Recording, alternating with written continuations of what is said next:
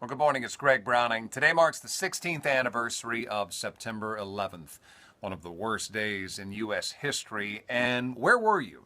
Do you remember where you were at? I was living at the time in Fishers in an apartment.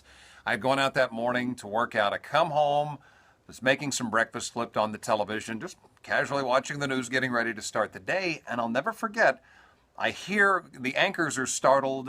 Out of the corner of my eye, there's an explosion on the television screen, and it's there in New York City. A plane had struck one of the World Trade Center towers, and you think, how does an accident happen like that? A plane into one of the towers. And the next thing you know, you're just glued to the television. This was pre-internet. So you didn't jump online to check social media. It was literally listening to the radio, watching the news to see this unfold right before us. Nothing for my generation anyway, nothing like this since the Pearl Harbor attack.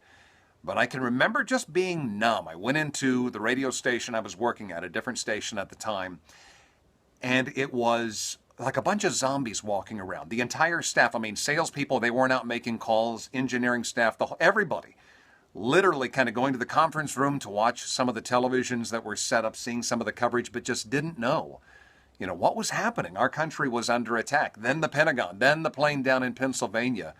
It was clearly one of the darkest days we have ever seen.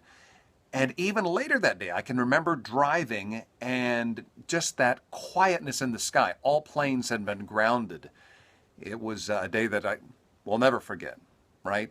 It was a very emotional day. Whether you knew somebody that perished in that attack, it was still for our country, for humanity. It was one of our darkest times, but it clearly was a time where we had heroes step up, rushing into those towers, and we will never forget them. We will never forget the victims that died on September 11th, and we remember them today on the 16th anniversary.